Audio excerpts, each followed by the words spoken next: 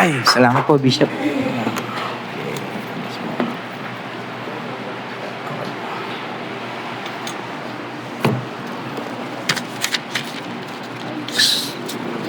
Okay.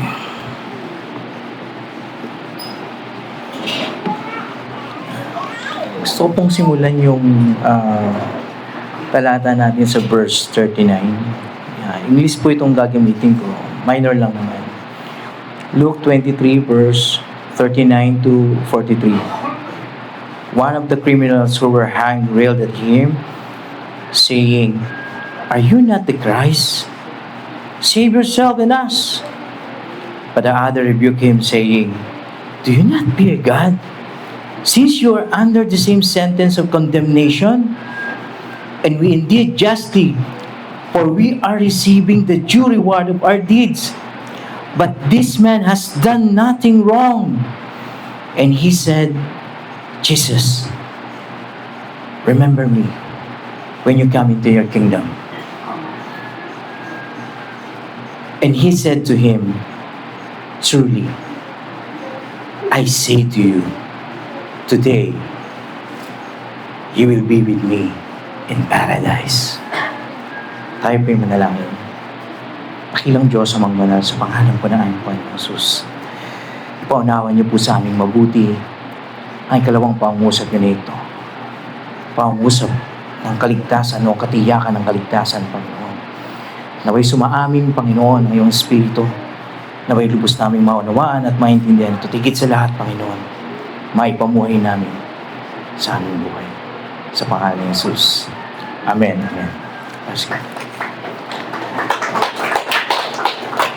In my 18 years walk in Christian life, marami pong pagkakataon, even sa Ligtong, at marami na rin akong hospital na napuntahan, na ICU na napasok. Maraming pagkakataon, mga nurse, doktor, kinagagalitan ako kasi masama. Kasi ICU nga na, intensive care unit. At maraming pagkakataon doon na ang tao ay nag-aagaw buhay na. Yun. Thank you. Ayan. Maraming pagkakataon doon na halos bibigay na ang kanilang buhay at ayaw talagang mamamatay na, sa madaling salita. Subalit, sa tuwing ako po ay pupunta roon, patatawag ako nila, mga nakakilala sa akin. Sabi ko sa Panginoon, "Lord, ang dala na pinadadala mo sa akin ay salita ng pag-asa. Salita na kung saan it's either kayang baguhin ang buhay ng tao kung tatanggapin niya, or pwede rin kanyang ipahamak kung hindi niya tatanggapin." Pinamagatan ko po ito na at the last moment, there is hope. Hanggang sa huling sandali, may pag-asa. Doon po sa cross ng Kalbaryo, matinding pagdurusa po ng ating Panginoon. At nakita po natin doon na sobrang paghihirap ang inabot niya. Even bago pa dumating doon sa cross, matindi na po ang paghihirap ni Kristo. At ang pinakamatinding laban, for me, pinakamatinding laban na sinuong ng Panginoon ay doon sa Gethsemane, the Garden of Gethsemane. Bakit? Sa matinding anguish ng Lord, talagang yung kanyang pawis naging dugo. At nagkaroon ako ng kaisipan habang binabasa ko yun, these coming past days.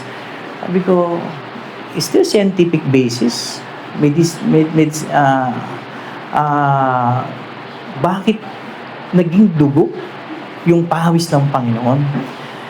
Then, yun, naalala ko ang sing kaibigan at sabi ko, pwede bang, meron ba tayong paliwanag dyan, image, na magpapaliwanag na bakit naging dugo yun?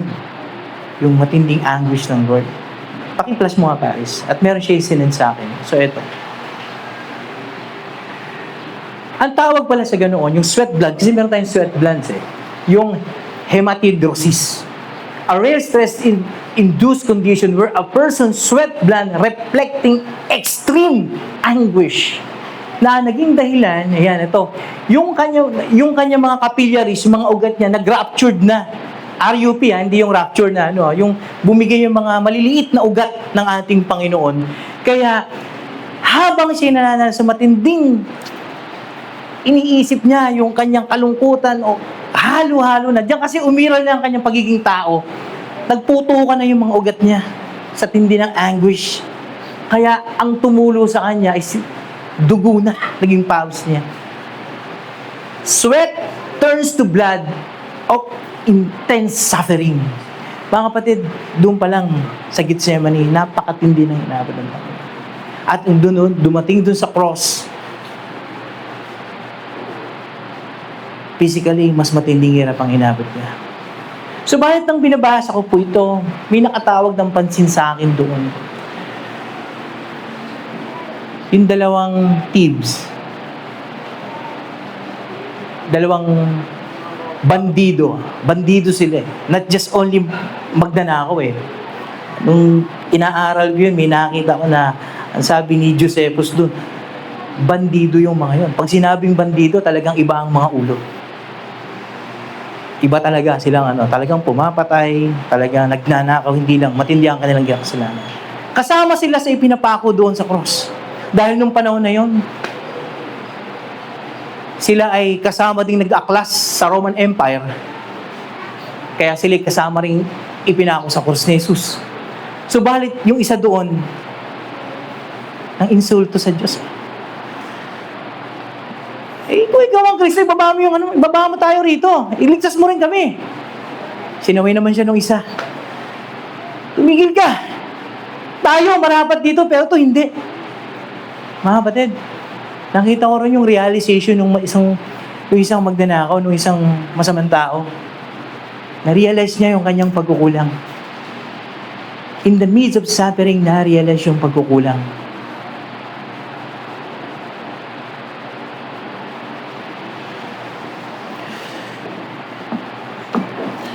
Pumisan po, hinihintay pa po natin na dumanas tayo. Ang tao hinihintay pa dumanas ng ng hirap bago ma-realize niya na meron Diyos, bago siya lumapit sa Diyos. Sa mga pinupuntahan ko po sa hospital, or dun sa mga bahay na agaw buhay na, please pray for me, please pray for me. Pag-pray mo naman ako, Kuya Bal, pag-pray mo naman si Nanay. Doon naalala na yung Diyos. Okay? Tama po? Hindi yan totoo. Kapag ka tayo dumadanas ng hirap, tsaka natin naaalala ang Diyos. Yung dinadialysis ka na, ay Diyos pala. Pero kapag ka yung okay yung buhay natin, wala. Ano lang tayo, okay lang tayo. Pero pag tayo yung dumaranas ng paghihirap, tsaka natin naaalala ang Diyos. Pero sa pagkakataon na ito, yung isang magnanakaw, yung isang masamang tao, at the last moment of his life, huling buhay na nila yun eh. Huling sandali na ng buhay nila, 3 yun. Si Jesus at yung dalawang masamang tao. Tingnan nyo mga kapatid. They call upon the name of the Lord.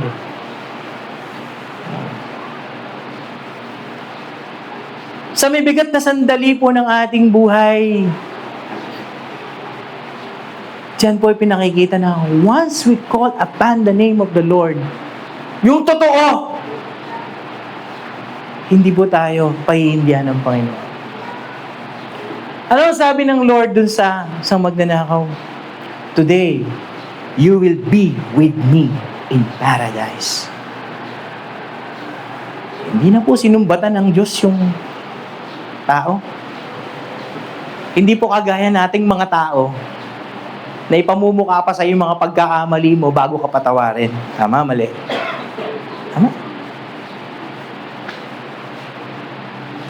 Isang taon na yung pagkakamali, naaalala pa. Nag-sorry na nga, ayaw pa tanggapin. Napaalala pa. Pero, look at Jesus. Nakita niya yung puso nung isa na yon. Truly repented. At kailangan ng grace. Kaya sinabi niya, ngayon din ipagsasama sa aking paraiso. kapatid, anong moral lesson po dito ay apply na sa buhay natin? Number 1, huwag mo nang hintayin na dumating ka pa sa punto na wala ka nang magawa, bedridden ka na, nakahiga ka na, tsaka ka lalapit sa Diyos. As long as you can, may kakayanan ka, lumapit ka sa Panginoon. We're not talking religion dito sa church na to.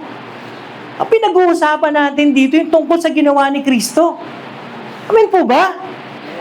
Iba ayaw sumama. Kasi, magre-religion. Anong religion? Religion cannot save you. Religion, sometimes religion yung magdadala pa sa impyerno eh. But we are talking about yung ginawa ni Jesus doon sa cross ng Kalbaryo para sa iyo. Bagay ka ba? Bagay ba tayong pagbuwisan ng buhay ng Panginoon? Oh. Eh, yung masamang tao na yun, walang ginawang matino sa buhay niya. But, at the last moment of his life, he saved. He received hope. Amen po. Eh, kahit anong pagkukulang po natin, doon makikita doon sa cross na yon katotohanan. Sabi nga ni Jolo kanina, kanyang binasang talata, gaano mang kapula, karumihan yung kasalanan, makakaasa ng kapatawaran. Ganun po ang nakaranasan yung isang magnanakaw na yun. Yung isang masamang tao na yun. Nakaranas po siya ng pag-asa. Katotohanan din po nating makikita na hindi komot mabait ka, marami kang natulungan, very religious ka, you are daily in the church, hallelujah, lumuluhod pa tayo, naghahampas dugo ka pa, kung ano-anong ginagawa mo sa sarili mo, ginagaya mo sa mga kapatid. Hindi iyan ang dahilan para makaparong ka sa langit.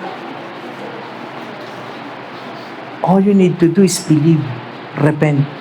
Taas nga rito yung mga nagkasala. Lahat tayo nagkasala. Lahat tayo nagkulang. Even ako nakatayo rito. So I need grace. You need grace.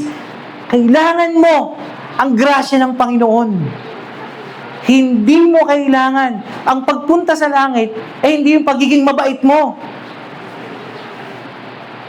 Sasabihin ng iba, magpakawalang yan na lang tayo, ganun pala. Teka, yung kabaitan mo, ilalagay mo sa lugar. Tandaan po natin yan. Dahil ang ating Panginoon, namatay doon sa cross ng Kalbaryo para bayaran ang kasalanan mo. That's why, ang kanyang purpose ay to save and seek the lost. Lahat tayo ligaw, lahat tayo nagkamali. Lahat tayo nagkasala. At ang kabayang kasalanan ay kamatayan. At ang kamatayan hindi lang namatay ka, tapos okay na. Hindi. Yun yung kamatayan, impyerno ang pupuntahan mo. That's why, eto ang Panginoon. Doon sa cross ng Kalbaryo, nandoon ang assurance of salvation. If you believe in His name and call upon His name with your heart, hindi yung religion mo, with your heart, kahit nasaan ka, you will be saved. Romans 10:9-10. Anong sabi ron? Kung ipapahayag na yung mga labi na si Jesus ay Panginoon at muling nabuhay, anong sabi ron? Maliligtas ka. Sapagkat Sapagkat ang tao ay nananalig, not just your mouth, nananalig sa pamamagitan ng puso at nagpapahayag sa pamamagitan ng iyong labi at sa gayon nagkakaroon ng kaligtasan. That is the faith, mga kapatid. Iyan po ang nais ng Panginoon. Iyan po ang nais ng Diyos. Yung kanyang pagdurusa doon, para sa atin yun. Kahit gaano man katindi ang iyong kasalanan, once na-realize mo na nagkulang ka, nagkamali ka, nagrepent ka, automatic. God says, Luke 23:43, you will be with me in paradise. Maging si Propeta Joel, sinabi na rin po ito. Joel 2:32, sabi niya, makakaligtas lamang ang sino mang tumatawag sa pangalan ng Panginoon. Nandito po tayo. Hindi para sabihin na ikaw ay ganito na, born again ka. No? Nandito ka, dinala ka ng Diyos dito. Hindi aksidente na dinala ka ng Lord dito para madinig mo tong mabuting balita na ito. Bakit? Para wala kang maisumbat sa Diyos na hindi mo nadinig ang mabuting balita. Dahil darating ang oras, pare-pareho po tayong haharap sa Panginoon. At hindi tatanungin ng Diyos kung gaano ka naging matagumpay sa buhay na ito, kung gaano ka naging sikat, kung gaano karami ang natulungan mo. Hindi. Kung titingnan po natin ang banal na kasulatan, maaaring ito ang itanong ng Diyos pagharap niya sa atin, o pagharap natin sa Kanya. Tinanggap mo ba si Kristo? Yung ginawa niya sa iyo para doon sa cross ng Kalbaryo. So, simple lang po ang nais ng Panginoon. Based po dun sa teksto, ma-realize natin na kulang tayo.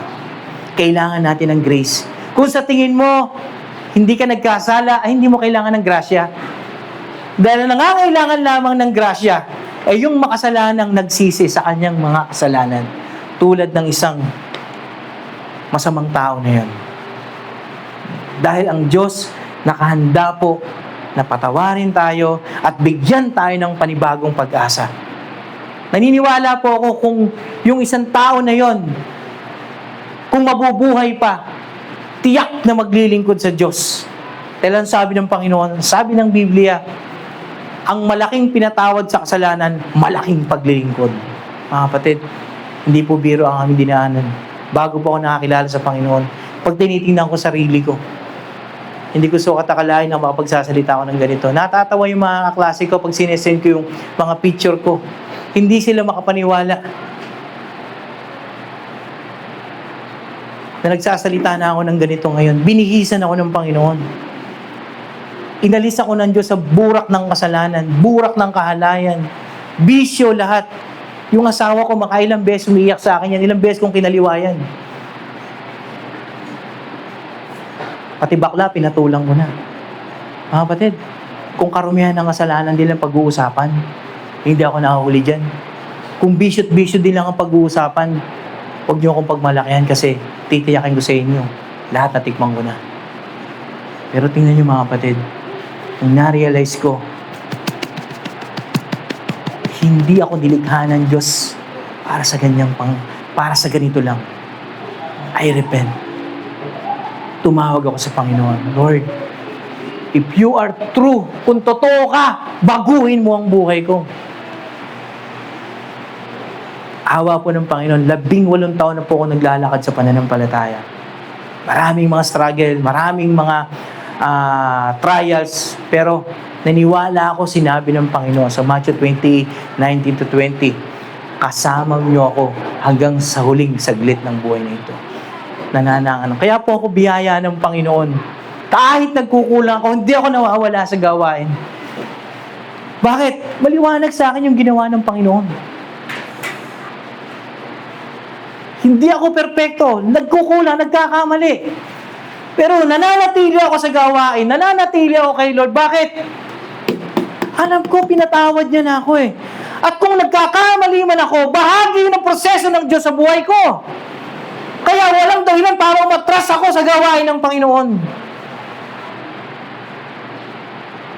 Kaya kung ikaw ay tinawag ng Diyos, huwag kang pahinto-hinto. Kailangan mag-mature tayo. Kung nagkulang ka, bangon, tayo ulit. Ganun lang naman yan eh. Kasi yung lalayo tayo sa Diyos. Ano mangyayari sa buhay natin? For now, tino yung nangyayari sa mundo. Ano magiging napaparanoid na tayo? Maraming tao na wala ng pag-asa. Naku, ito na. Pero ako sabi ko sa mga anak ko, nakitaan niyo ba ako ng pessimistic na pag-iisip mula nung pumutok kayang gyera? Wala ang makikita sa ibig yung asawa ko. Bakit? Tatay ako eh. Kadluan-dapan ako ng pag-asa. Tinawag ako ng Diyos eh. Lingkod ako ng Diyos. Dapat kadluan ako ng pag-asa. So, hindi ko pinakikita sa mga anak ko. Dahil bakit? May Kristo eh. Kasama ko siya hanggang sa huling saglit ng buhay ko. Iyon ang pinanananganan ko. That's why, When Jesus said, you will with me in paradise. Kahit sa buhay na ito, kasama mo ang Panginoon. Kaya hindi ka dapat mawalan ng pag-asa, even sa ganitong sitwasyon ng buhay natin. Tandaan mo yan. Walang atrasan. Yung ginawa ng ating Panginoon sa cross ng Kalbaryo, hanggang dulo na yan. Walang aatras sa Panginoon. Lingkod tayo ng Diyos. Tinawag ka, hindi para mawala ng kwenta ang buhay mo. Tinawag ka para magkaroon ng kabuluhan ng buhay mo. Yan ang layunin ng Diyos sa ating buhay. Ang paglingkuran siya hanggang sa huling saglit ng hininga mo rito. At yan ang inaasam ko. Sabi nga sa kanya, kung mamamatay man ako, gusto kong mamatay na nagpupuri sa Panginoon saan man ako naroon. Yun lang sa akin. Purihin po ang Panginoon. Glory to God. Sa Diyos po ang Bishop. Maraming